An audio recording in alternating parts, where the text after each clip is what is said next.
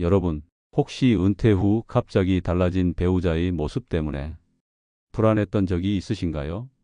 평생 함께 살아온 사람이라 그 마음을 가장 잘 안다고 믿어왔지만 어느 날부터인가 낯선 모습이 보일 때 우리는 설명할 수 없는 두려움에 사로잡힙니다. 집에서는 늘 무기력하던 남편이 은퇴 후 갑자기 외출을 자주 하기 시작한다면 어떨까요? 전에는 어디를 가도 꼭 연락을 주던 사람이 이제는 전화도 잘 받지 않고 메시지를 남겨도 답이 늦어진다면 어떨까요? 같은 집에서 수십 년을 살았지만 어쩐지 멀어진 듯한 느낌이 들 때가 있습니다. 처음에는 심심해서 친구를 만나는 거겠지. 취미 모임이라도 생겼나 보네 하고 넘길 수 있습니다. 하지만 그 빈도가 점점 잦아지고 집에 돌아와도 무언가 감추는 듯한 기운이 느껴진다면 마음은 불안해질 수밖에 없습니다. 오늘은 그런 두려움 속에서 용기 내어 사연을 보내주신 한 분의 이야기를 나누려 합니다. 그분의 마음에는 긴 세월의 상처와 혼자서 감당해야 했던 서글픔이 함께 담겨 있었습니다. 이 사연을 들으며 혹시 비슷한 경험을 하고 계신 분들이 조금이라도 위로를 받으실 수 있기를 바랍니다. 사연을 들려드리겠습니다. 저는 올해 69살의 주부입니다. 남편과는 22살에 결혼해 지금까지 거의 반세기를 함께 살았습니다. 남편은 늘 집순이처럼 살던 사람이었어요. 일만 하던 사람이라 은퇴하면 저랑 함께 시간을 보내겠거니 생각했죠. 그런데 은퇴한 지 몇 달이 지나면서부터 남편이 달라졌습니다. 처음엔 하루에 한두 번 친구를 만나러 나간다기에 별로 신경 쓰지 않았어요. 그런데 나가는 횟수가 점점 늘어나더니 주말에도 집을 비우기 시작했습니다. 나가면 연락도 잘 안 되고 어디냐고 물어보면 그냥 친구 만나라는 말뿐이었습니다. 저는 점점 불안해졌지만 스스로를 다독였습니다. 나이 들어 친구도 만나고 숨통을 틔우는 건 좋지 않나 싶어서요. 그런데 어느 날 남편이 휴대폰을 두고 나간 적이 있었습니다. 우연히 화면을 보게 됐는데 젊은 여자와 나눈 대화가 눈에 들어왔습니다. 제 또래 딸 같아 보이는 20살은 좋기 어려 보이는 여자였습니다. 오늘도 기다릴게요. 보고 싶어요. 가슴이 철렁 내려앉았습니다. 저는 차마 그 자리에서 폭발할 수 없었습니다. 혹시 내가 오해하는 건 아닐까? 아직 확실한 증거는 없지 않나 싶었죠. 그날 이후 저는 조용히 남편을 따라 나서기로 마음먹었습니다. 그리고 며칠 뒤 남편이 동네 친구들과 모임이 있다며 나가던 날 저는 멀찍이 뒤따라갔습니다. 남편은 버스를 타고 도심으로 향했고 제가 따라가 본 그곳에서 남편은 젊은 여자를 만났습니다. 둘은 손을 잡고 웃으며 카페를 들렀다가 식사를 하고 결국 호텔로 들어가는 것을 확인했습니다. 순간 숨이 막히는 것 같았고 다리가 풀려 주저앉을 뻔했습니다. 하지만 울고만 있을 수는 없었습니다. 그날 이후 저는 이혼을 고민하기 시작했습니다. 그러나 나이가 이렇게 들어 이제 와서 이혼을 하는 것이 맞는 건지, 재산은 어떻게 나눠야 하는지, 자식들에게 뭐라고 말해야 하는지 너무 막막합니다. 그저 마음만은 더 이상 이 결혼을 이어갈 수 없다고 말하고 있습니다. 저는 어떻게 해야 할까요? 혹시 비슷한 경험을 하신 분이 계시다면 조언을 듣고 싶습니다. 이 사연을 들으며 많은 분들이 가슴이 먹먹해졌을 것입니다. 평생을 함께한 배우자가 은퇴 후에 보여준 이 낯선 뒷모습을 마주한다는 것은 그 어떤 배신보다 깊은 상처가 됩니다. 이제 이 이야기를 조금 더 깊이 들어가 현실적인 조언과 함께 마음을 다독일 방법을 이야기해 보겠습니다. 남편의 변화를 처음 느꼈을 때 사연 속 아내분은 마음 한구석이 서늘해졌다고 합니다. 하지만 수십 년을 함께 산 사람을 향한 신뢰가 쉽게 무너질 리 없죠. 설마 그럴 리가 있겠어 하는 믿음이 자신을 붙잡아 주길 바랐을 것입니다. 그러나 오랜 세월을 함께한 부부 사이에서도 갑작스러운 변화는 분명 신호가 될 때가 있습니다. 많은 상담 사례를 보면 은퇴 후 불륜으로 이어지는 경우가 생각보다 드물지 않다고 합니다. 오랜 직장 생활 속에서 인정받고 외부와 연결되어 있던 사람이 퇴직 후 그 관계망을 잃을 때 허전함과 공허함을 새로운 누군가로 채우려는 심리가 작동하기 때문입니다. 여기서 기억해야 할 점이 있습니다. 은퇴 후 바람을 피우는 사람들의 특징은 대개 세 가지 공통점으로 정리됩니다. 첫째, 생활 패턴이 급격하게 변한다는 점입니다.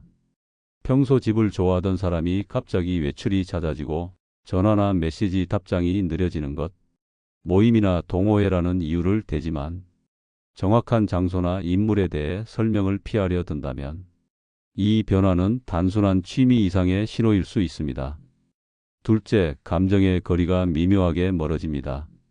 집에서 대화를 피하거나 사소한 질문에도 예민하게 반응하고 일상적인 관심을 부담스러워하기 시작합니다.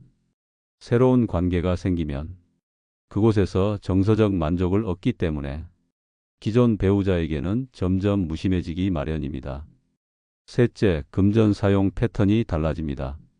갑작스러운 현금 인출, 카드 결제 내역의 변화, 설명되지 않는 지출이 늘어나는 경우가 있습니다. 새로운 사람과의 만남에는 식사, 선물, 여행 등 예상치 못한 비용이 발생하기 때문이죠. 이 세 가지 변화는 많은 전문가들이 배우자의 외도 가능성을 판단할 수 있는 가장 초기 신호라고 말합니다. 물론 모든 변화가 곧바로 불륜을 의미하지는 않습니다. 하지만 감정이 흔들리는 지금 사실을 확인하고 자신을 지키기 위한 준비가 필요합니다. 사연 속 아내분처럼 직접 확인을 해야 할 때도 있습니다. 다만 이때 충동적으로 맞서거나 증거 없이 따지는 것은 피해야 합니다. 법적 절차를 생각한다면 확실한 자료와 증거를 남기는 것이 훨씬 유리하기 때문입니다. 사진, 대화 기록, 통화 내역 등을 확보하고 필요하다면 변호사 상담을 통해 자신에게 불리하지 않은 방법을 찾는 것이 중요합니다. 또 한 가지 중요한 점은 이 모든 과정을 감정적으로 혼자 감당하지 말라는 것입니다. 상담을 통해 심리적 지지를 받거나 신뢰할 수 있는 지인과 조용히 상의하는 것도 필요합니다. 오랜 시간 함께한 관계를 끝낼지 말지는 경제적, 정서적 안정을 모두 고려해야 하는 중대한 결정이기 때문입니다. 이 사연을 들으며 또 한 분의 이야기가 떠오릅니다. 몇 해 전 상담을 왔던 한 여성분은 남편의 외도를 알게 된 후 모든 걸 다 덮어두고 살아가려 했다고 합니다. 하지만 결국 쌓이고 쌓인 서러움이 건강을 해치고 마음을 병들게 했습니다. 결국 그는 전문가와 상담하며 법적 절차를 준비했고 결혼 생활을 정리하며 본인의 노후를 지켜냈습니다. 그분이 남긴 말이 아직도 기억에 남습니다. 사랑이 끝난 건 슬펐지만 내 삶을 지킬 힘을 되찾은 건 해방이었어요. 지금 이 사연을 듣고 계신 분들 중에도 비슷한 상황을 겪고 계신 분이 있을지 모릅니다. 혹은 아직은 불안감만 있는 단계일 수도 있겠죠. 어떤 경우든 가장 먼저 필요한 것은 자신의 감정을 인정하는 것입니다. 내가 민감한 걸까? 하고 의심하기보다 느끼는 불안을 있는 그대로 바라보는 것이 첫걸음이 됩니다. 이제 이야기를 조금 더 이어가며 이혼을 고민할 때 실질적으로 알아야 할 것들, 마음을 지키면서도 손해보지 않을 방법을 차근차근 이야기해 보겠습니다. 은퇴 후 남편의 외도를 알게 된 아내분들은 대개 두 가지 거대한 감정의 파도를 동시에 마주합니다. 배신감과 두려움입니다. 우리가 함께 쌓아온 세월이 다 무슨 의미였나? 이제 어떻게 살아가야 할까? 이 두 문장이 머릿속을 끝없이 맴돌지요. 그런데 현실은 감정만으로 움직이기 어렵습니다. 특히 60대 이후라면 경제적 문제와 노후 계획이 결정적으로 중요해집니다. 섣불리 이혼을 결정했다가 정작 자신이 손해를 볼 수 있기 때문입니다.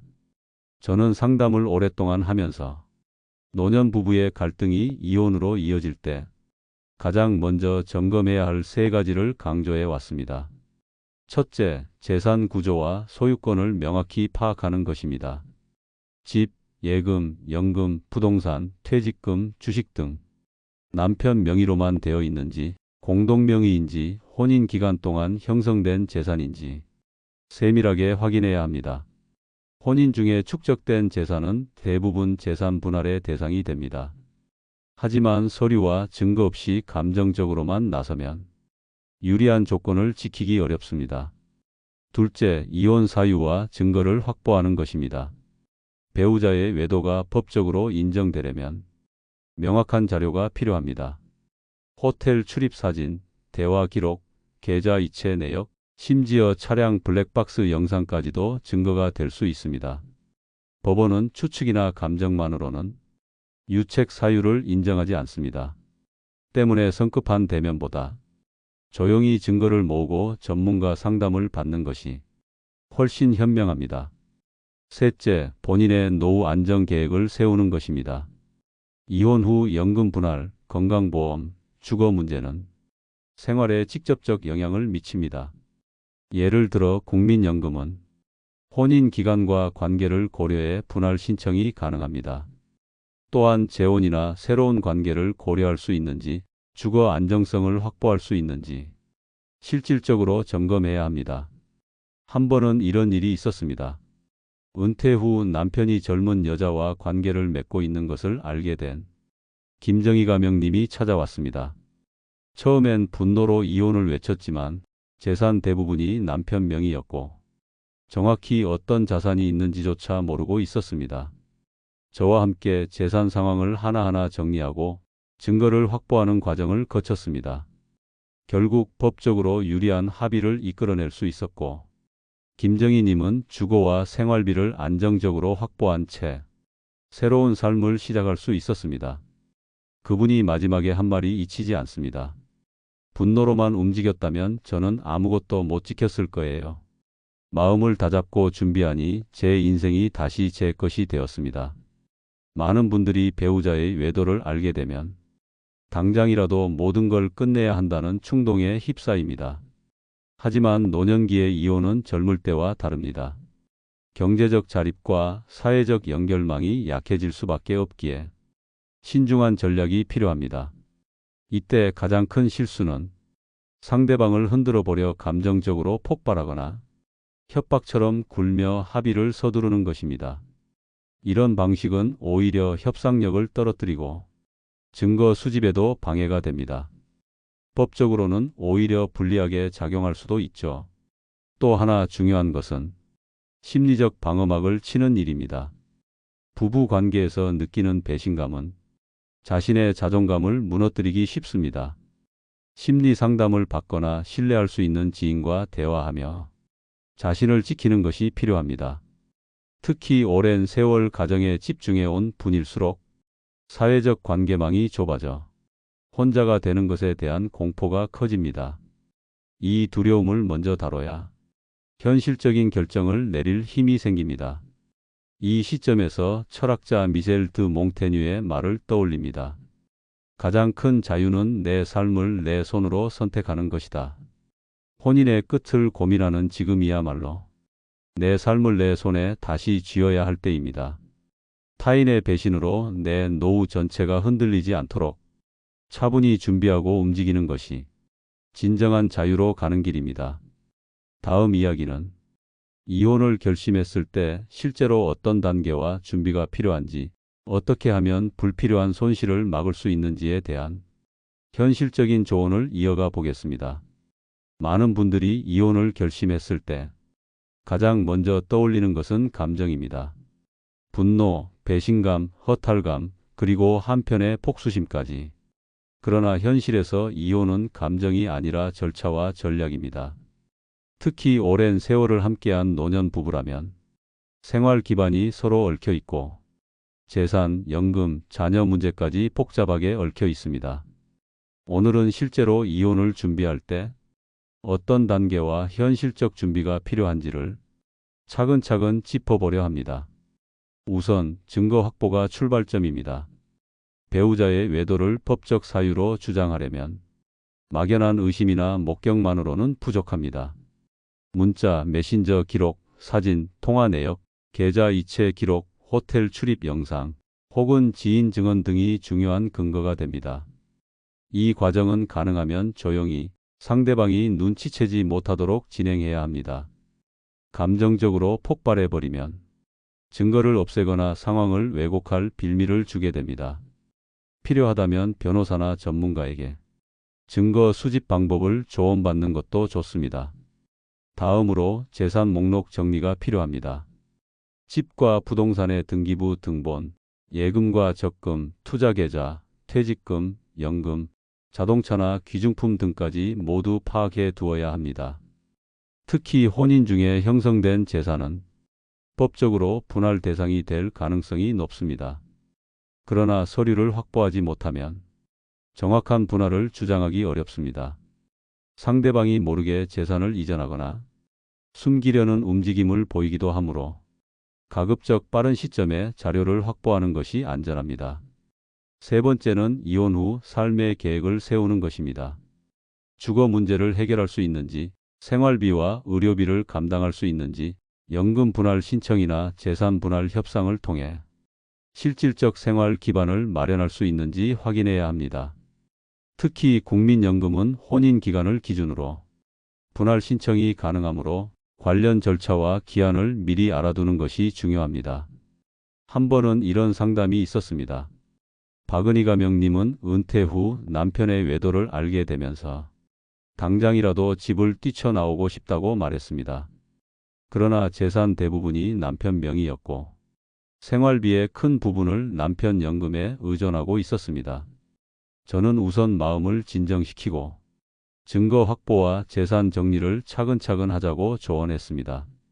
그 과정에서 법률 상담을 통해 유리한 분할 협상 전략을 세웠고 결국 박은희님은 거주할 집과 안정적인 생활비를 확보한 채 이혼을 마무리했습니다. 그분은 나중에 이렇게 말했습니다. 처음엔 분노가 눈앞을 가렸어요. 그런데 한 걸음 뒤로 물러서 준비하니 제 삶을 되찾을 수 있었습니다. 또 하나 중요한 것은 심리적 안전망을 만드는 일입니다. 이혼 과정은 생각보다 길고 지칩니다. 변호사 상담, 법원 절차, 재산 협상, 가족 반응 등 정신적으로 소모되는 일이 많습니다. 이럴 때 혼자 감당하기보다는 심리 상담이나 지인과의 지지망을 활용하는 것이 정신 건강을 지키는 데 도움이 됩니다. 때로는 이혼을 결심했어도 준비하는 동안 마음이 흔들릴 수 있습니다. 그럴 때 전문가의 조언을 듣거나 비슷한 경험을 한 사람의 이야기를 듣는 것도 힘이 됩니다. 법률적으로 중요한 조언 중 하나는 협박이나 충동적 행동을 피하라는 것입니다.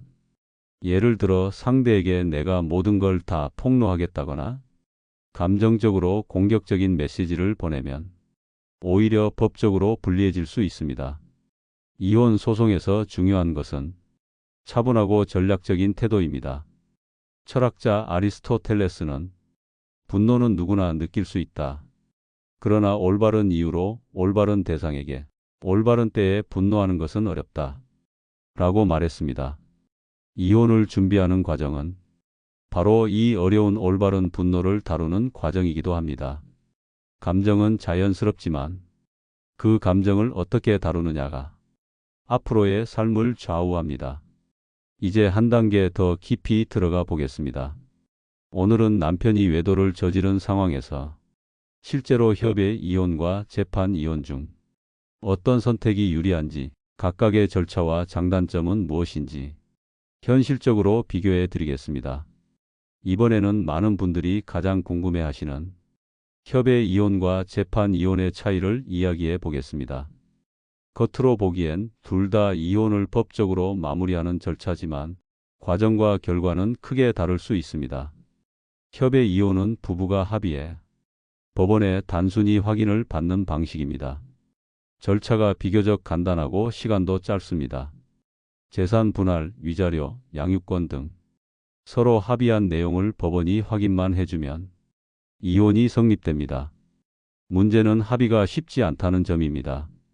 특히 외도와 같은 잘못이 얽혀 있을 때는 상대가 유리한 조건만 내세우거나 재산을 숨긴 채 협상을 시도할 수 있습니다. 그래서 합의 이혼을 선택할 때는 상대방이 내세우는 조건을 꼼꼼히 검토해야 합니다.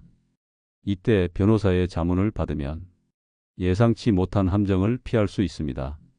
반면 재판 이혼은 법원이 이혼 사유와 재산 분할, 위자료 등을 직접 판단하는 절차입니다. 배우자의 외도가 명백하거나 협의가 불가능한 경우에 선택됩니다. 재판 이혼은 시간이 오래 걸리고 법률 비용도 더 들어갈 수 있습니다. 하지만 외도와 같은 명확한 책임이 인정된다면 위자료를 받을 가능성이 높아지고 재산 분할에서도 보다 공정한 판단을 기대할 수 있습니다. 특히 상대방이 재산을 은닉하거나 협의 과정에서 비합리적인 조건을 고집한다면 재판을 통해 정당한 권리를 되찾을 수 있습니다. 사연을 들려드리겠습니다. 김정희 가명님은 은퇴 후 남편의 외도를 알게 되었지만 남편은 끝까지 모든 것을 부인하며 협의 이혼을 유도했습니다. 처음엔 빨리 끝내고 싶다는 마음에 합의서에 서명할 뻔했지만 주변의 조언을 듣고 재산 내역을 꼼꼼히 확인했습니다. 그 과정에서 남편이 투자금과 연금을 다른 계좌로 빼돌린 정황을 알게 되었죠. 결국 김정희님은 변호사와 함께 재판 이혼을 준비했고 법원은 남편의 유책 사유를 인정해 위자료와 함께 충분한 재산 분할을 결정했습니다. 김정희님은 이렇게 말했습니다. 처음에는 지치고 힘들었지만 제 인생을 지키려면 싸워야 했어요. 준비 없이 합의했다면 지금쯤 아무것도 남지 않았을 겁니다. 이 사례가 주는 교훈은 명확합니다. 합의 이혼은 빠르지만 준비 없이 서두르면 불리해질 수 있다는 점입니다. 재판 이혼은 길고 복잡하지만 확실한 증거와 법적 절차를 통해 정당한 몫을 지킬 수 있습니다. 이 과정에서 중요한 것은 시간과 마음의 체력입니다. 법정 싸움은 긴 호흡을 필요로 합니다. 때로는 상대의 회유와 협박, 가족이나 주변의 압박이 찾아올 수도 있습니다. 이럴 때 흔들리지 않기 위해선 자신의 권리와 절차를 정확히 아는 것이 우선입니다. 전문가의 조언을 들으며 마음의 힘을 유지하는 것도 필요합니다. 철학자 미셸 드 몽테뉴는 우리가 삶에서 겪는 고통의 절반은 사건이 아니라 사건을 두려워하는 마음 때문이다라고 말했습니다. 이혼 역시 마찬가지입니다. 절차를 모를 때는 모든 것이 공포로 다가오지만 하나씩 알고 준비하면 두려움은 줄고 선택지가 보이기 시작합니다. 지금 이 방송을 들으며 혹시 같은 고민을 하고 계신다면 당장 결정을 서두르지 않으셔도 됩니다. 증거를 정리하고 재산을 확인하고 법률 상담을 받아본 뒤 내게 유리한 길이 무엇인지 차분히 살피는 것. 그것이 감정의 소용돌이에서 나를 지키는 첫걸음이 됩니다. 이제 다음으로 이혼을 준비하며 정서적 상처를 회복하고 새로운 삶을 시작할 수 있는 방법을 이야기해 보겠습니다. 많은 분들이 이혼 절차를 밟으면서 가장 힘들어하는 부분은 마음의 상처를 어떻게 감당하느냐입니다. 법적 준비와 재산 문제를 해결한다고 해도 오랜 세월 함께한 배우자의 배신은 쉽게 잊히지 않습니다. 오늘은 이 긴 터널을 통과하는 동안 마음을 지키는 방법과 정서적으로 무너지지 않기 위한 작은 실천들을 이야기해 보겠습니다. 가장 먼저 해야 할 일은 자기 감정을 인정하는 것입니다. 분노, 슬픔, 배신감, 허탈함, 심지어 부끄러움까지 온갖 감정이 뒤섞여 올라옵니다. 이때 많은 분들이 나는 강해야 해라며 억누르려 하지만 억누른 감정은 시간이 지나며 다른 방식으로 터져 나오기 쉽습니다. 왜 나만 이런 일을 겪어야 하지라는 질문에 답이 없어도 괜찮습니다. 일기를 쓰거나 신뢰할 수 있는 사람에게 털어놓는 것만으로도 마음의 무게가 조금은 가벼워집니다. 둘째는 내 잘못이 아니라는 사실을 받아들이는 것입니다. 특히 나이가 들수록 내가 부족해서 이런 일이 벌어졌나라는 자책감에 빠지는 분들이 많습니다. 하지만 상대가 외도를 선택한 것은 그 사람의 가치관과 선택의 문제이지 당신의 존재 가치와 연결되지 않습니다. 심리학자 알프레드 아들러는 타인의 잘못된 선택은 그 사람의 과제라고 했습니다. 배우자의 외도 역시 그 사람의 과제입니다. 당신이 스스로를 깎아내릴 이유가 되지 않습니다. 셋째는 혼자가 아님을 기억하는 것입니다. 같은 경험을 한 이들의 이야기를 듣거나 전문가 상담을 통해 감정을 다루는 것은 큰 힘이 됩니다.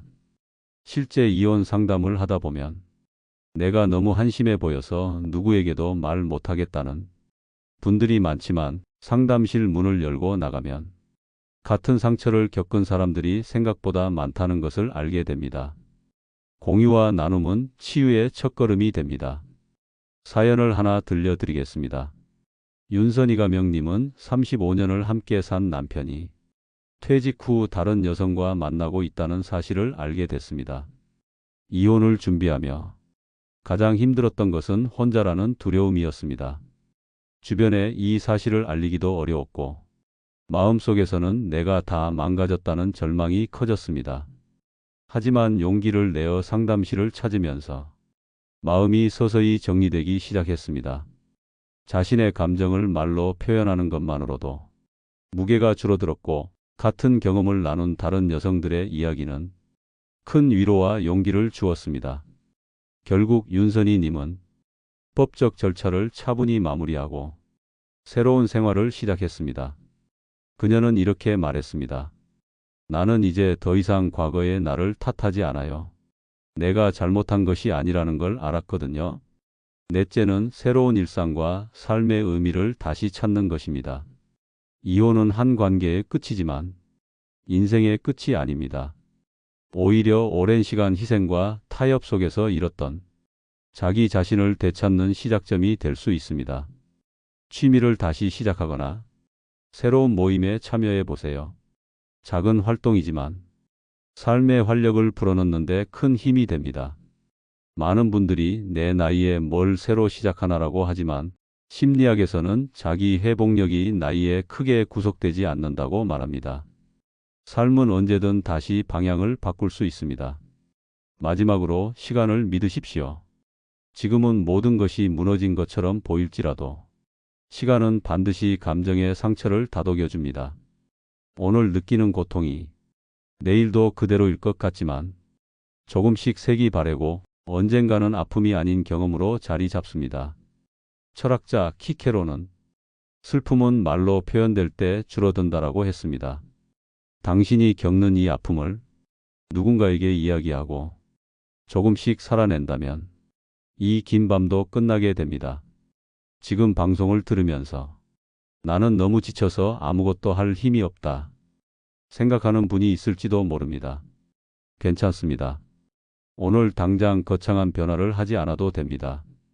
단지 스스로를 탓하지 않고 내 이야기를 꺼내고 내 권리를 지키기 위한 작은 준비를 시작하는 것. 그것이 새로운 삶을 향한 첫 걸음입니다. 이제 마지막으로 오늘 우리가 나눈 이야기들을 정리하고 이 길 위에 선 당신께 전하고 싶은 따뜻한 응원의 말을 전하겠습니다. 오늘 우리는 은퇴 후 달라진 배우자의 모습, 그리고 그로 인해 시작된 긴 싸움과 새로운 삶을 준비하는 과정을 함께 걸어왔습니다. 처음 이 이야기를 들으셨을 때 많은 분들이 느꼈을 감정은 두려움과 분노, 그리고 한없이 깊은 배신감일 겁니다. 평생을 함께한 사람에게서 이런 일을 겪게 된다는 건 생각만 해도 견디기 힘든 일입니다. 하지만 오늘 우리가 함께 나눈 대로 당신은 결코 무력한 피해자가 아닙니다. 상황을 바로 보고 증거를 확보하며 재산을 지키고 필요할 때 전문가의 도움을 받는 것만으로도 삶의 균형을 되찾을 수 있습니다. 마음이 부서질 듯 아파도 조금씩 감정을 돌보고 혼자가 아님을 깨닫는다면 새로운 길을 걸을 힘이 생깁니다. 저는 이 시간을 통해 당신이 더 이상 과거에만 머물지 않길 바랍니다. 이혼이라는 선택이든 새로운 관계의 정립이든 혹은 혼자 서는 길이든 어떤 길을 가더라도 당신의 삶은 여전히 가치 있고 다시 빛날 수 있습니다. 철학자 빅터 프랭클은 인간은 어떤 상황에서도 태도를 선택할 자유가 있다라고 말했습니다. 배우자의 잘못은 당신이 통제할 수 없지만 그 이후의 삶을 어떻게 살아갈지는 당신이 선택할 수 있습니다. 오늘의 고통이 내일의 새로운 출발을 준비하게 하는 불씨가 될 수 있다는 사실을 기억해 주세요. 혹시 지금 이 방송을 들으며 나도 이 길을 가야 하나 혼란스러운 마음에 잠 못 이루는 분들이 계신다면 오늘 이야기가 작은 등불이 되길 바랍니다. 당장 결정을 내리지 않아도 됩니다. 차분히 준비하고 내 마음을 돌보며 내 권리를 지킬 수 있는 길을 찾는 것부터 시작해 보세요. 이 방송은 당신을 혼자가 아닌 사람으로 만들고 싶습니다. 당신의 이야기는 소중하고 당신의 선택은 존중받아야 합니다. 혹시 오늘 나눈 이야기 속에 당신의 경험이나 생각이 스쳤다면 댓글로 들려주세요. 같은 길을 걷는 누군가에게 당신의 한마디가 큰 힘이 될 수 있습니다. 그리고 이 방송이 누군가의 마음을 조금이라도 가볍게 했다면 구독과 좋아요로 함께 해주세요. 당신의 지지가 더 많은 사람에게 위로와 용기를 전하는 힘이 됩니다. 이제 마이크를 내려놓으며 이 한마디를 꼭 전하고 싶습니다. 당신은 이미 충분히 강하고 당신의 삶은 다시 시작될 수 있습니다. 오늘도 당신을 응원합니다. 마음이 지쳤을 때 이곳에서 다시 만나 이야기 나눌 수 있기를 바랍니다. 인생의 라디오였습니다.